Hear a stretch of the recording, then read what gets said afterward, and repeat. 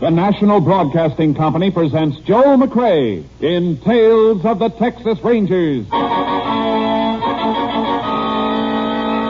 From Hollywood, another authentic reenactment of a case transcribed from the files of the Texas Rangers.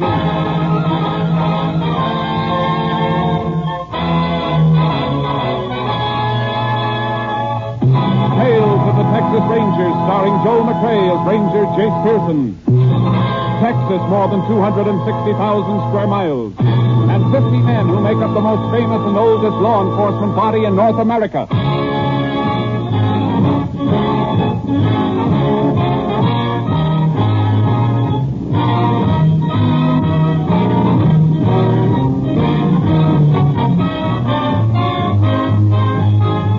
Now, from the files of the Texas Rangers come these stories based on facts. Names, dates, and places are fictitious for obvious reasons. The events themselves are a matter of record.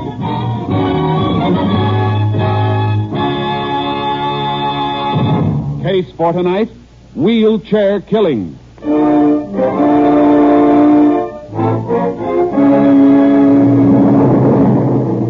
It is 8:40 p.m., May 1st, several years ago. Colby, Texas, near the edge of the great piney woods, is unusually crowded as several hundred young men from a nearby CCC camp have converged on the town to spend their monthly allowance. In the office of Sheriff Pete Saunders, the sheriff and his deputy are standing by in case any emergency should arise. I don't know why I'm so groggy, Sheriff. Not even 9 o'clock. If you're that tired, Reg, I don't think there's any need for you staying any later. I can handle things. Why don't you go home? With all them young bloods in town? Oh, they seem to be all right. No sign of any fuss. I walked down Main Street a while ago. They were behaving. Yeah, just the same. Camp was new. This is the first payday they've had around here. Man can get pretty high with $30 in his pocket. They don't get the whole 30, Reg. They only get 5 of it. Government makes them send the rest home. Oh, I didn't know that. Sure, that's the whole idea. Wait till I get this. Sheriff's office. Sheriff Saunders speaking. You'd better go to the old house on Log Hill. You'd better go there right away. Old man Swain's place? Yes. Yes, hurry. Go there quickly and bring a doctor. Why? What's the matter out there? Who is this? Well, I'm just calling, that's all. You better go right away. You better give me your name if you... Hello? Hello? Yeah, what's the matter? She hung up on me. Come on. Something wrong with old man Swain's place? Something plenty wrong or somebody's idea of a joke. A mile and a half out to Swain's and he hasn't got a phone. That call must have come from someplace else, then. Yeah. See if you can trace it. Then pick up Macker and Carl and follow me out to Swain's. I'll get the doc on the way.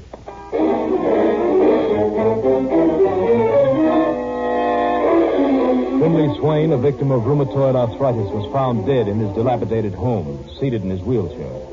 An inquest was called and an autopsy ordered. He had not died from natural causes.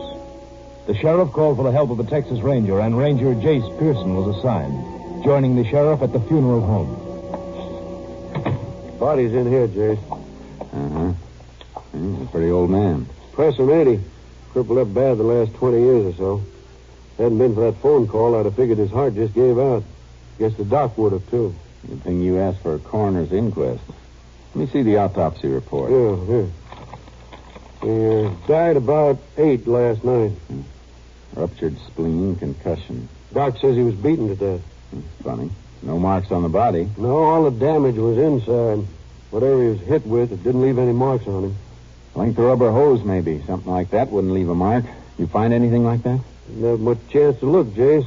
Maybe my deputies will run across something. No, I left 3 of them out at Swain's last night. Why 3 of them? I may need more than that when he gets around that the old man is dead. The place will be loaded with vultures. What do you mean?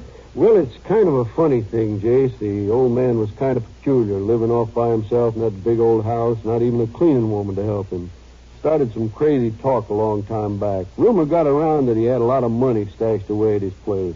You think there was anything to it? Nope, because I know what he was living on. Got a check for $70 every month from some insurance company. Annuity? Yeah. Too bad everybody didn't know that. He was probably killed by somebody trying to force him to tell where he hid the money people think he had. That could be a motive. On the other hand, might be other reasons for killing him that we didn't know about. I doubt it, Sheriff. When a man comes into a place to kill with nothing else on his mind, he does it fast. This beating took time.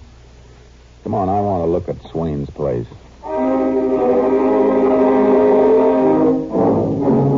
The sheriff was right about the vultures.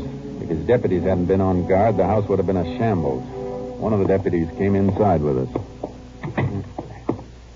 At the old man's wheelchair? Yeah, hadn't been moved. That's where we found him sitting. My lab crew will be coming in from Austin. They can dust the chair for prints while they're going over the place. What's this on the floor? Now, where you standing there? Yeah. I don't know. Felt a little crunchy when I walked across it before, like somebody spilled some sugar. It's not sugar. More like white beach sand. No beach sand around this country, Jay. Just the same, that's what it looks like. Lab boys can tell whether it is or not. Right near the old man's chair, too. He get around much? Outside, I mean? Best of my knowledge, he'd never wheel himself further than the front porch to get the sun. How'd he get his food in? Reg can tell you that. We used to sit on the porch and flag down a passing car or truck, ask him to pick up things for him at the market. I stopped by often to get him things. Had a red flannel shirt he'd wave. Spotted easy from the road. Let's look through the rest of the place. Hey, wait a minute. What is it, Jay? A few more grains of sand on the floor here. More of it right on into the kitchen. Let's go out back. Well, nothing here, Jace. Just a stump field all the way back to them hills. Somebody's been out here, though. Look. Part of a shoe mark on the ground.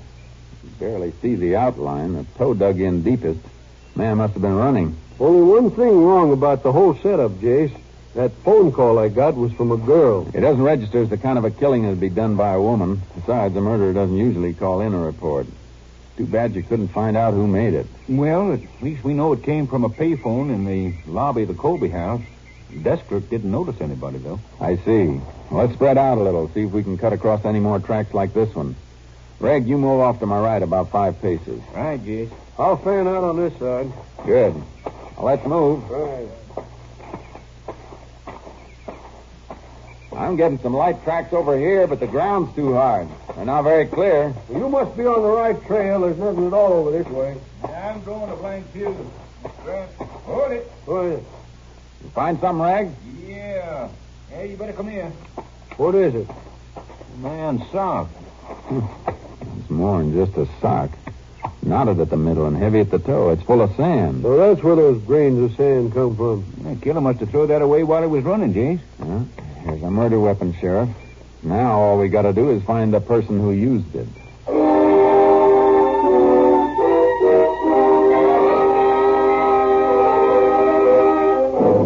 The trail behind Swain's house petered out past the stump field, and we lost all trace a mile into the thick foliage of the piney woods. I sent the sock full of sand through to the Austin lab for examination. Meanwhile, a lab crew met me at the Colby funeral home and went over Swain's body. That sock must have been the weapon, all right, Jace. Look, just combed a few grains of the sand out of the old man's hair. A little more embedded in the scalp. Impact of the blows must have forced some of it through the sock weave. Must have. That's why you found traces of it on the floor. How you making out there? Don't know much yet, Sheriff. You checked with the other lab men out at Swain's? Yeah, usual jumble of smeared print. That may be a report from Austin. I'll get it. Hello? Yeah, speaking. I've had Reg Okay, checking on go that ahead. sand, Jace. No firm in the area handles that grade. That's funny. Right. Isn't likely the killer came from far off. Why not? Well, talk about the old man's having money stashed away is sort of a local I'll rumor. tell him. Andy in Austin with a report from that sock. There an army camp around here anyplace? No, why? That sock is army issue. Oh, wait a minute. There's a new CCC camp up in the Piney Woods, Jace, about 9 miles from here. Hey, they're civilian, but they get their clothes from army issue.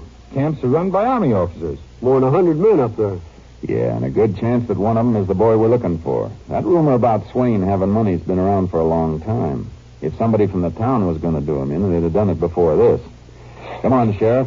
Let's drive up to that camp. It would be better if we could borrow a truck from someplace. Why a truck? Old Loggers Road is the only one to the camp. High center. It's kind of rough on a passenger car, especially one towing a horse trailer like yours. Well, I got charcoal in my trailer. Can't we cut straight through the woods on horses? It's a good idea. Save us time in a couple of miles. You got a horse at your place? Yeah, it's on the way. All right, I'll drive you out. We'll start from there.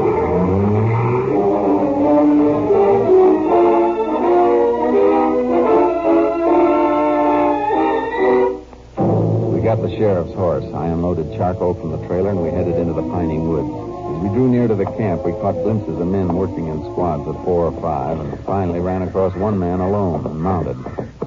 Fellow on horseback ahead there, Jace. Can you see him? Yeah, looks like a straw boss. Moving into a clearing now. Hello there! Hello! He's waiting for us. Hello, boys. Yeah, Charlie, come on. He must be one of them fellas from the agricultural college. Understand they got 4 of them supervising. Have to have somebody who knows the woods. Most of the other camp boys are from the big cities. Yeah. You fellas looking for the camp? Oh, easy, boy, easy. Yeah, that's right. It's about 3/4 of a mile off that way. You'll see the tents when you get over that rise. Who are you? Oh, my name's Joe Roberts, section leader. My name's Pearson. This is Sheriff Saunders. Oh, howdy, Sheriff. You out here about something connected with that murder in town? How'd you know about that? Wasn't around town till this morning, and you're quite a ways off. Well, Major Beck told me about it when the truck brought him out from town this morning. Oh, the major was in town all night? Yeah. He doesn't live at the camp. He just comes out days. No place out here for his wife and daughter. Wife and daughter, huh? Anybody else out here have women folk in town? No, why? I'm just curious. You know where the major and his family are living in town? Well, sure, at the hotel. Colby House. That's where that phone call came from, Jace. Yeah, I know. Thanks a lot, Robert. So long. Sure. Better have a little talk with the major. You can say that again. Come on. Go, Charlie. Come on.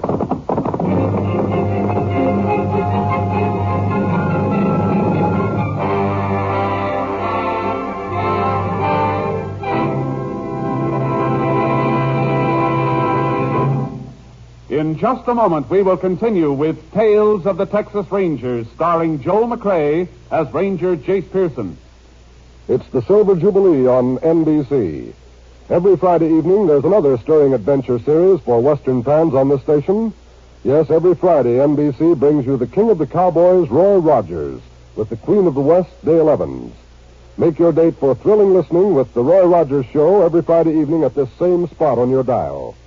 There's action and adventure in Paradise Valley when Roy Rogers rides the airwaves, and there's also a song or two by these wonderful Western entertainers, Roy and Dale.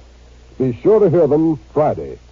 We continue now with Tales of the Texas Rangers, and today's case, Wheelchair Killing, an authentic story from the files of the Texas Rangers.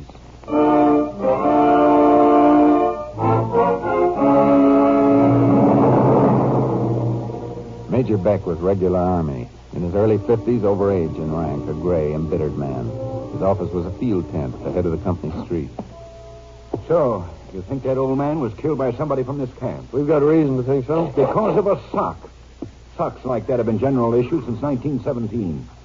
I don't like any accusations against my command, especially accusations based on such flimsy evidence. There's something else besides the sock, Major. I notice your company street between the tents is paved with gravel. Well, what about it? Is that gravel bedded in beach sand? You can see it around the borders, can't you? Sure, we can see it. It's the same kind of sand we found in that sock that Swain was beaten with. There's no beach sand anyplace else in this area, Major. Where'd this come from? How do I know? An advanced cadre of engineers set the camp up. Suppose the sand was trucked in with other material. All right. Everything you found points to this camp. I should have expected something like this. What do you mean by that? Oh, what would I mean, Ranger? What can you expect from sidewalk bums? Bums don't work, Major. And the crews we pass seem to be working pretty hard. I have to spend my time with them. You don't. What time do your men come in from the woods? 4 o'clock. All the clothing they have issued through your own supply? Yes, all listed and signed for. Good. I couldn't have lost much in a month. At 4 o'clock, I'd like you to call for an inspection of equipment. See if we can find somebody who's missing a sock.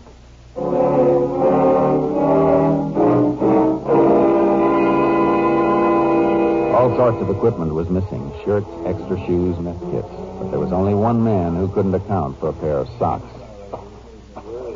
All right, Randazzo. In the tent. All right. Look, Major, what kind of crime is it to lose a sock? There's a shortage on them or something? The ranger and sheriff will tell you. I thought you Ranger guys was just something they made up for the movies. We've been around since long before there were any movies, Randazzo. Okay, so you're a cowboy detective. So find out who stole my socks. Don't be funny, young fellow. Look, mister, I ain't trying to be funny, but what are you all jumping on me, huh? I wash my socks, I hang them up to dry, and one of these dewdrops puts his hooks on them. That makes it a federal case? Randazzo, a sock belonging to somebody in this camp was used to kill an old man. It was filled with sand from the company street and used as a blackjack. Hey, you mean that's how they knocked off that old nickel pincher on Log Hill? Oh, you know about that. The whole camp knows about it. What are you looking at me? The guy that picked some age up told us about it when he brought the truck back this morning. Were you in town last night? We was all in town last night. We got paid yesterday. The major let us go in on a truck. What time did you come back to camp? When everybody else come back. Trucks picked all of us up again at midnight. Same place they dumped us out of Main Street, by the corner near that hotel. The Colby House? That's the only one, ain't it? What'd you do while you were in town? Up to 9 o'clock. I was having a hamburger in that place next to the bus depot. I was there from 8 till 10. You must be a slow eater. It's a long time for one hamburger. Who cared about the hamburger? I was trying to pick up the blonde behind the counter.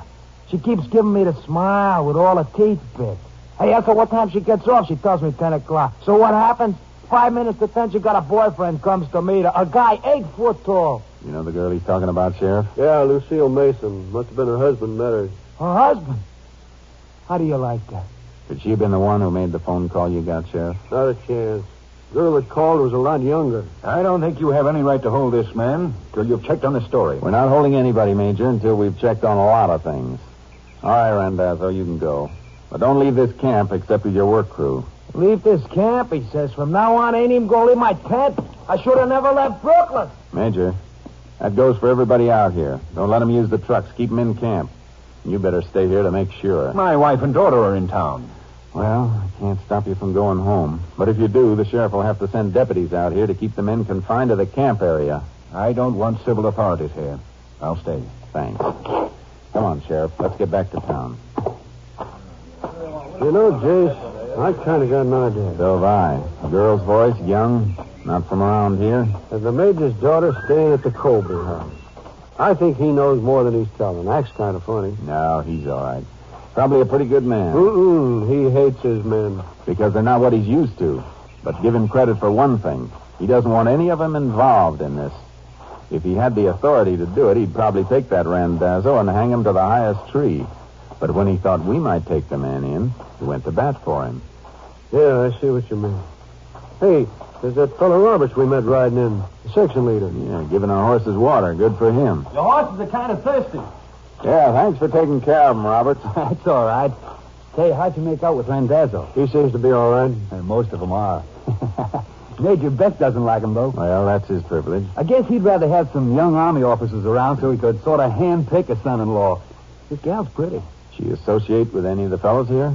Well, when the camp first opened, a fellow named O'Brien, a good-looking kid, better education than most of the others, he used to drive the major back and forth from town. Then, all of a sudden, he got somebody else.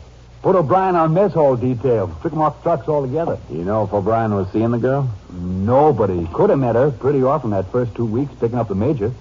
Well, the truck drivers get into town almost every day hauling supplies and things. Uh-huh. Well, thanks a lot, Roberts. Horses look like they had enough, Sheriff. Yeah. Come on, boys. So long, Roberts. So long. Get up, Chuck. Come on, boys. Come on. Well, Jace, what's our next move? Ride out of here to my car and then drive back to town. We're going to do Major Beck a favor. What kind of a favor? Just tell his daughter he won't be in town tonight. Let's see if you can recognize her voice.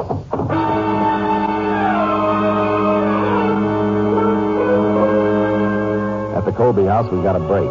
The Major's wife wasn't in, but the daughter answered when we knocked at the door of her room. Who is it? Is that you, Mother? Sounds like the voice, Jay. Good. I got a message from your father, miss. Well, just a minute. That's the voice, all right. What's the matter, miss? Sheriff and I can't look bad enough to make you go pale like that. Oh, I thought when you said you had a message, it would be somebody my father sent from camp. What did he want you to tell me? Just that he won't be in town tonight. You mind if we come in, miss? We'd like to talk to you. Well, I have a lot to do, and We only want to know where you were between, say, 7 and 9 o'clock last night. We know that you were in the phone booth in the lobby at 8:40 because that's where you called my office from. Please don't talk in the hall. Come in.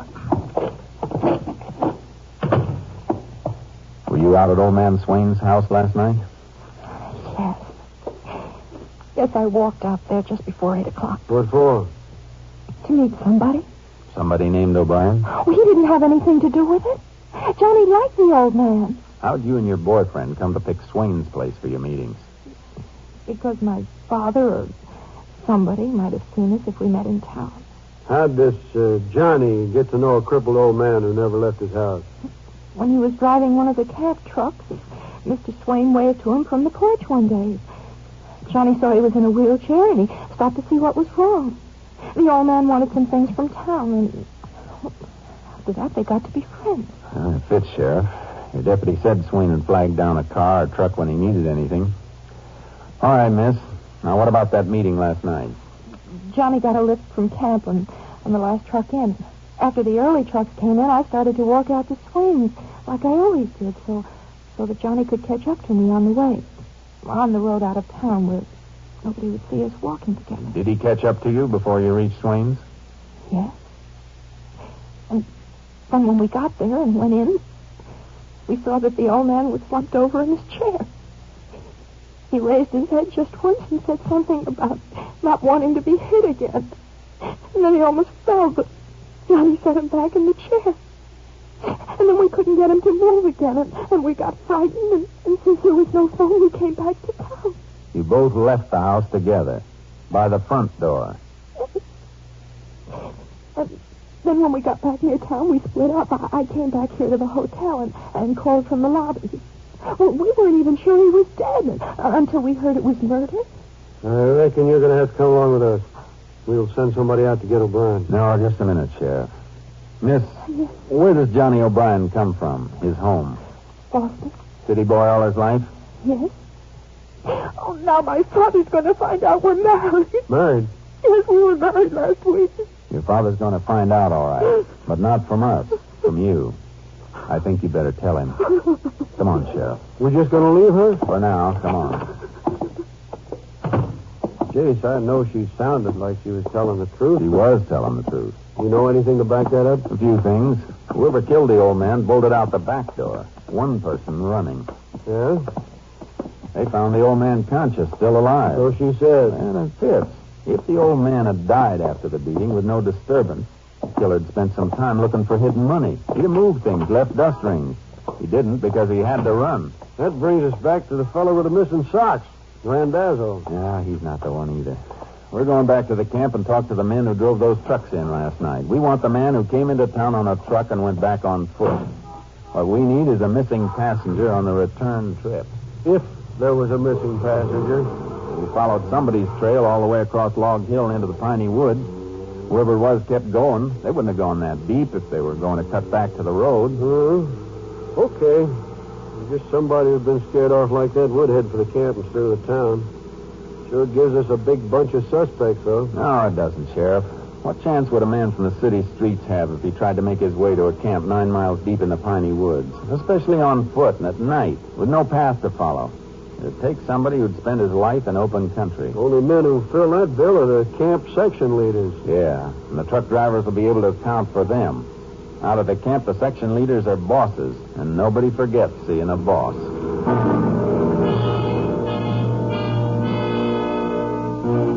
It was 2 a.m. when we reached the camp and woke the major. He led us to the truck driver's tent. One of the drivers had the answer we were looking for. He'd hauled section leader Roberts into town Saturday night, but Roberts hadn't ridden back with him. We left the tent.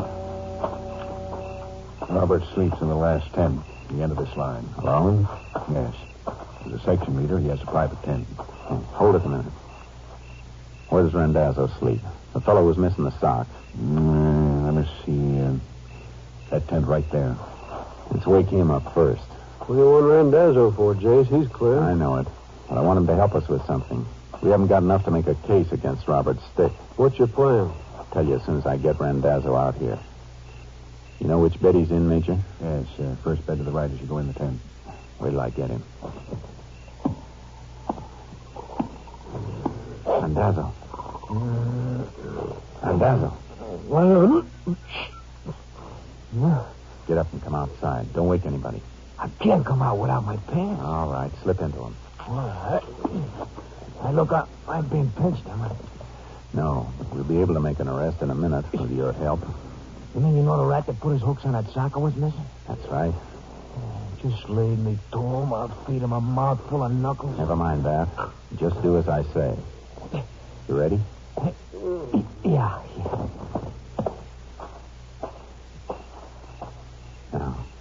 carefully. Here's what you do.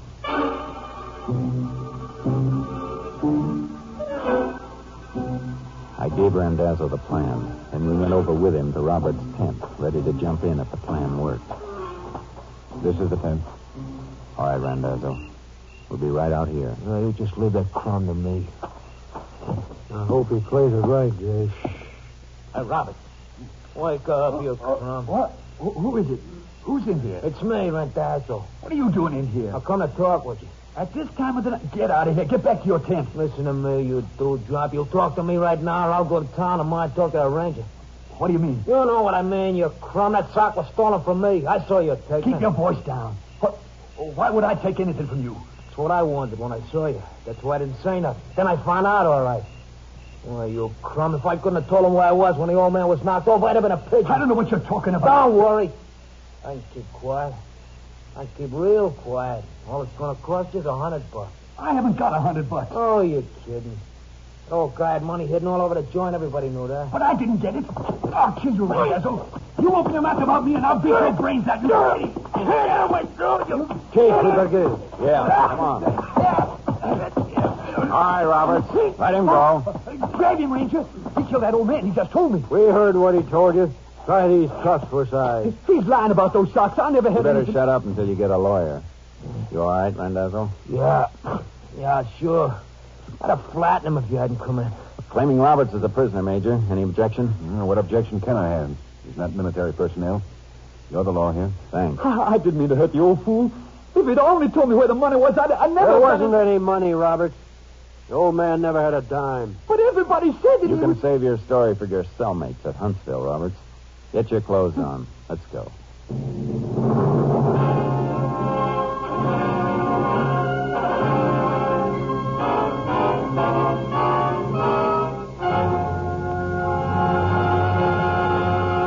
Harlan Roberts made a full confession to the brutal murder of aged and crippled Finley Swain. And the following year, he was sentenced to Huntsville Penitentiary for the rest of his life. Next week, Joel McCrea in another authentic reenactment of a case from the files of the Texas Rangers.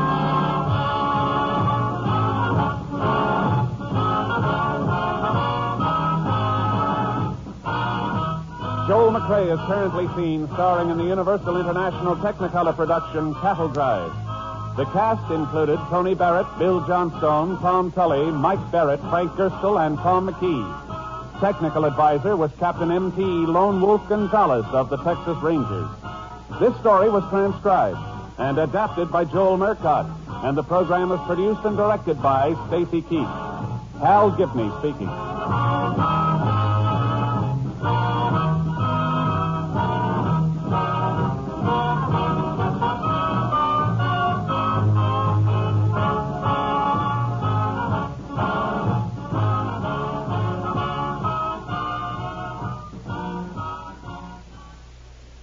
It's the Silver Jubilee on NBC. Today, hear The Big Show broadcast from Paris, and featuring such stars as Fred Allen, Josephine Baker, and your unpredictable hostess, Tallulah Bankhead. Then join in the fun with Phil Harris and Alice Faye as they bring you a half hour of mirth and music.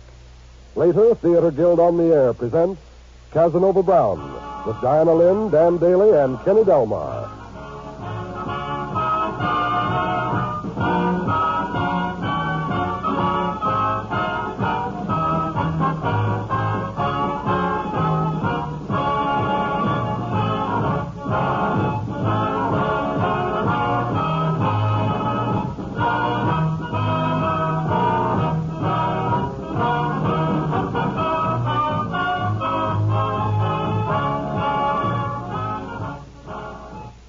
Next, it's The Big Show. All this and Tallulah, too, on NBC.